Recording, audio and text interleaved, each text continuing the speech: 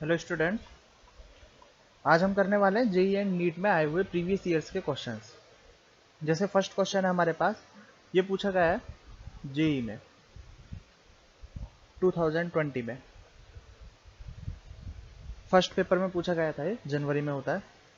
How much amount of NaCl should be added to 600 gram of water. Density है 1 gram per ml to decrease the freezing point of water to -0.2 degree centigrade. और पानी के लिए KF दिया गया है यहाँ पर 2। ठीक है, यहाँ पर डिजिट्स फिल करने वाला क्वेश्चन था, ये इंटीजर टाइप, हमें डिजिट्स फिल करने थे, ऑप्शन नहीं है हमारे पास। तो देखो किस तरीके से सॉल्व करना है इस क्वेश्चन को, क्या क्या गिवन है सबसे पहले हम देखते हैं। हमें गिवन है यहाँ पर डेल्टा TF। डेल्टा TF कितना गिवन है, फ्रीजिंग पॉइंट हमें रखना है -0.2 डिग्री सेंटीग्रेड। 0 डिग्री ऑलरेडी होता है, -0.2 तक लेके जाना है, तो टोटल कितना चेंज हुआ, टोटल चेंज हुआ 0.2। तो डेल्टा TF हमें मिला हुआ है यहाँ पर। NaCl के लिए I की वैल्यू कितनी होती है, 2। NaCl दिया गया इलेक्ट्रोलाइट, इसके लिए I की वैल्यू 2 होती है। ठीक है, कंप्लीट डिसोसिएशन है, कोई डिग्री ऑफ डिसोसिएशन इसमें बोला नहीं गया, तो हम कंप्लीट डिसोसिएशन इसमें मानेंगे।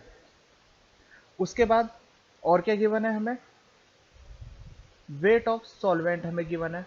वेट ऑफ सॉल्वेंट कितना है यहाँ पर, 600 ग्राम पानी के लिए, 600 ग्राम। ठीक है, अब हमें क्या करना है, हमें NaCl का अमाउंट बताना है ग्राम के अंदर के कितना NaCl हमें डिसॉल्व करना पड़ेगा। कैसे कर सकते हैं, सिंपल फॉर्मूला लगाएंगे, delta TF is equal to I multiply by KF multiply by molality. Delta TF है हमारे पास 0.2, I है यहाँ पर 2, KF है 2 गिवन है हमें, KF भी यहाँ पर देखो। मोलैलिटी क्या होता है, मोलैलिटी होता है मोल ऑफ सॉल्यूट। मोल को हम लिखेंगे weight of solute divided bye molar mass of solute. ठीक है, multiply by weight of solvent. Weight of solvent कितना है, 600 मल्टीप्लाई बाय 1000। तो ये आया हमारे पास। अगर हम W निकालें वेट ऑफ सॉल्यूट, तो 0.2 multiply by molar mass. Molar mass कितना है यहाँ पर 58.5 multiply by 600 divided by 2 into 2 into 1000। ठीक है, जब इसे हम सॉल्व करेंगे तो सॉल्व करने पर आ जाएगा हमारे पास 1.76 ग्राम आंसर। ठीक है, यही हमारे पास आंसर है।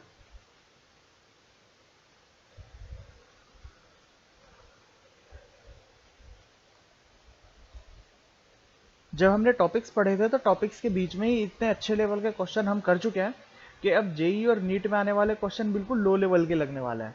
देखो यहाँ पर कोई लेवल ज़्यादा नहीं है इन क्वेश्चंस का, इससे अच्छे अच्छे लेवल के क्वेश्चन हम पहले ही प्रैक्टिस कर चुके हैं। देखो बिल्कुल सिंपल क्वेश्चन है ये 2019 का क्वेश्चन है, 2019 में पूछा गया था। The mole fraction of a solvent in aqueous solution of A solute is 0.8। मतलब सॉल्वेंट का हमें मोल फ्रैक्शन दिया गया है 0.8। मोललिटी पूछी है, the molality of aqueous solution is, ये मोललिटी हमें यहाँ से निकालनी है। किस तरीके से निकाल सकते हैं, सबसे पहले देखो क्या क्या गिवन है हमें। हमें मोल फ्रैक्शन सॉल्वेंट का गिवन है 0.8। मोल फ्रैक्शन सॉल्यूट का कितना हो जाएगा, सॉल्यूट का मोल फ्रैक्शन हो जाएगा 0.2।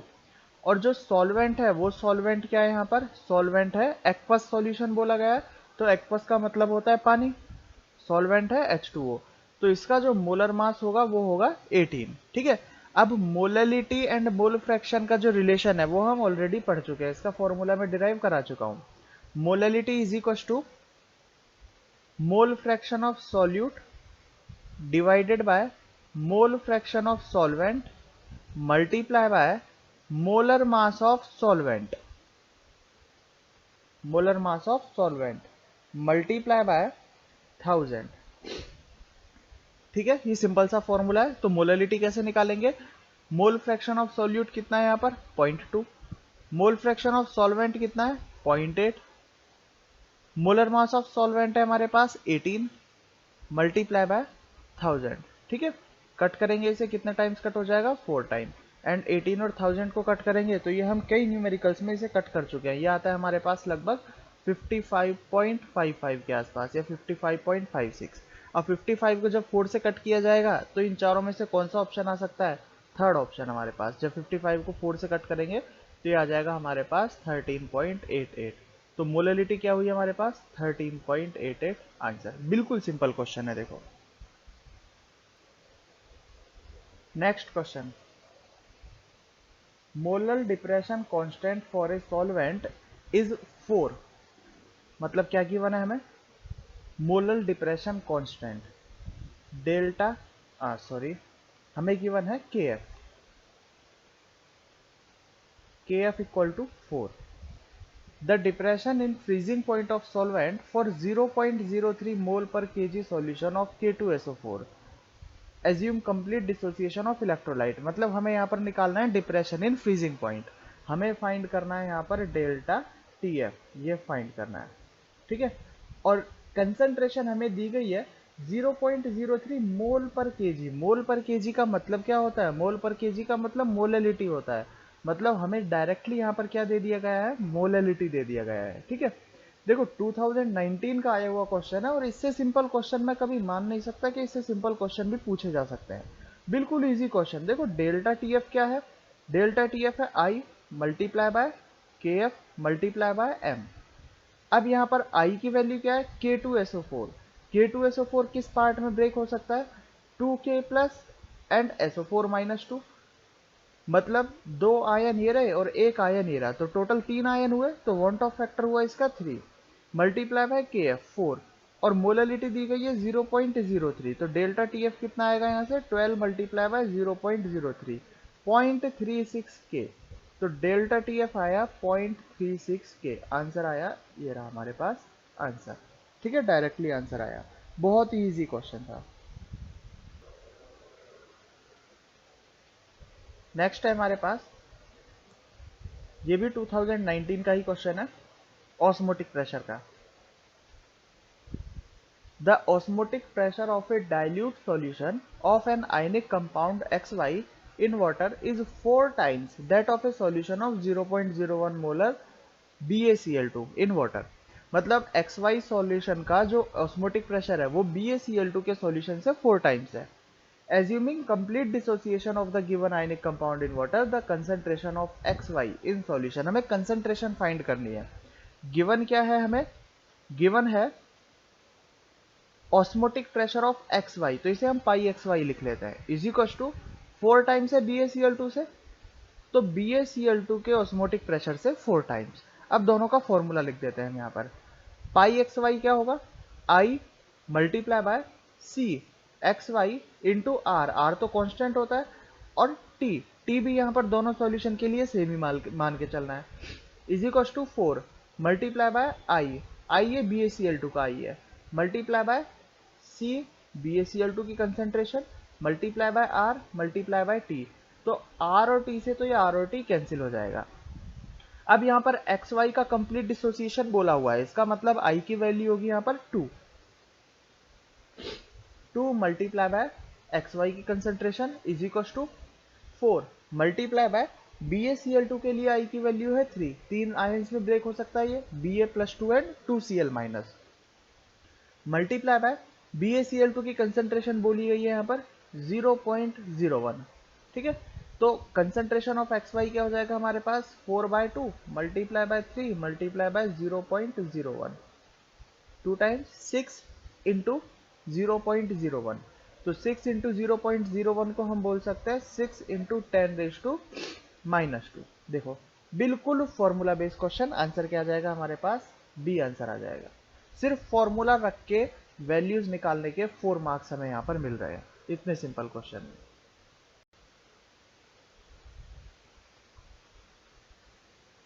Next question,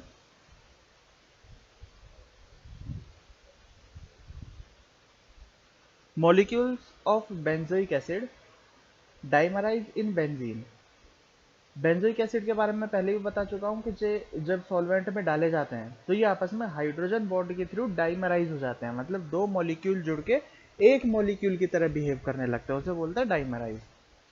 W gram of acid dissolving in 30 gram of benzene shows a depression in freezing point equal to 2K. If the percentage dissociation of the acid to form dimer in the solution is 80, then W is, देखो क्या क्या given है हमें ये देख लेते हैं। सबसे पहले हमें गिवन है यहाँ पर 30 ग्राम ऑफ बेंजीन, मतलब weight of solvent, weight of solvent है यहाँ पर 30, ठीक है। Depression in freezing point, depression in freezing point मतलब डेल्टा टी एफ हमें गिवन है यहाँ पर 2, अल्फा हमें गिवन है, अल्फा क्या है यहाँ पर डिग्री ऑफ डाइमराइजेशन, मतलब 80% यहाँ पर डिग्री ऑफ एसोसिएशन दिया गया है। अब इस 80% है तो परसेंटेज के अंदर 80 है, जब इसे फ्रैक्शन में लिखेंगे तो फ्रैक्शन में हो जाएगा ये हमारे पास 0.8। हमें निकालना है यहाँ पर W निकालना है, ठीक है। KF है यहाँ पर 5 और मोलर मास दिया गया है बेंजोइक एसिड का 122। कैसे निकाल सकते हैं, देखो फॉर्मूला लगाना है हमें डेल्टा टी एफ का, delta T F is equal to I multiply by K F जो कि हमें गिवन है, मल्टीप्लाई बाय मोलैलिटी। मोलैलिटी क्या होता है, वेट ऑफ सॉल्यूट जो हमें निकालना है। वेट ऑफ सॉल्यूट को किससे डिनोट किया है हमने, डब्ल्यू से, ये डब्ल्यू ही हमें निकालना है।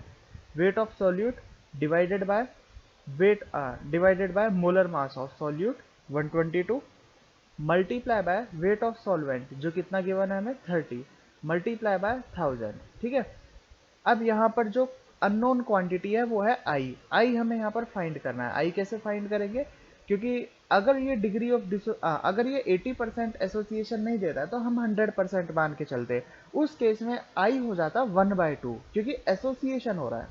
अब हम क्या करेंगे, हम फॉर्मूले से निकालेंगे, अल्फा इज इक्वल टू होता है i minus one divided by 1/n-1। Alpha है यहाँ पर 0.8 is equal to I minus one divided by 1/n-1। यहाँ पर n कितना होगा, n होगा 2 क्योंकि डाइमर बोला हुआ है, दो मॉलिक्यूल जुड़ के एक बन रहा है, तो यहाँ से बनेगा ये -12 और -12 यहाँ जाकर मल्टीप्लाई होगा तो बनेगा -0.4 is equal to I minus one. तो आई की वैल्यू आई यहाँ से 0.6, तो वांट ऑफ फैक्टर आ रहा है हमारे पास यहाँ से 0.6 वांट ऑफ फैक्टर आ रहा है। डेल्टा टी एफ जो हमें वैल्यू गिवन है, अब वैल्यूज रख देते हैं 2 is equal to 0.6 multiply by K F कितना है यहाँ पर 5, ये डब्ल्यू हमें निकालना है, मल्टीप्लाई बाय 1000। सारी क्वांटिटीज आ चुकी है, बस कैलकुलेशन अब यहाँ पर बची है 122 इंटू 30, तो डब्ल्यू होगा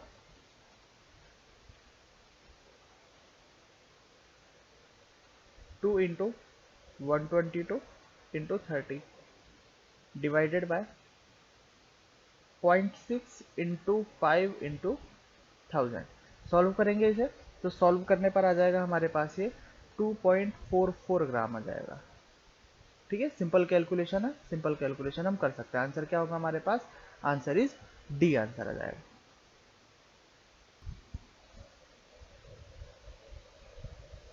इस क्वेश्चन में हमें केबी एंड केएफ के बीच में रिलेशन निकालना है।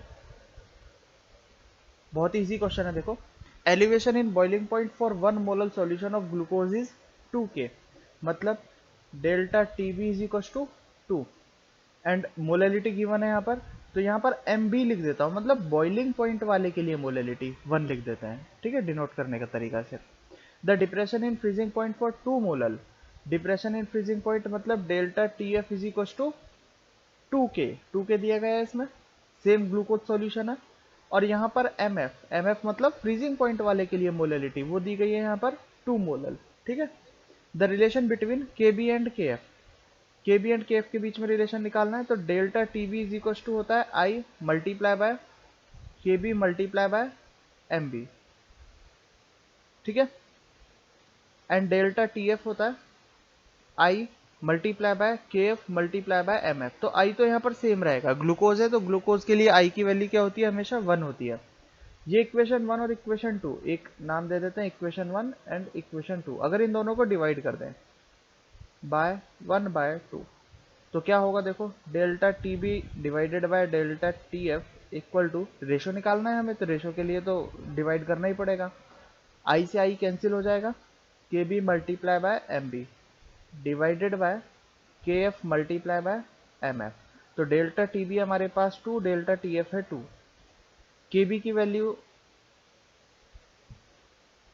यहाँ पर, हाँ ये रिलेशन हमें निकालना ही है, K B upon K F multiply by M B की वैल्यू कितनी है 1 एंड एम एफ की वैल्यू कितनी है 2, ये 2 से 2 कट जाएगा तो आएगा हमारे पास K B by K F is equal to 2, मतलब K B equal to 2 multiply by K F, ये रिलेशन आ गया सिंपल, और आंसर इज डी आंसर आ जाएगा,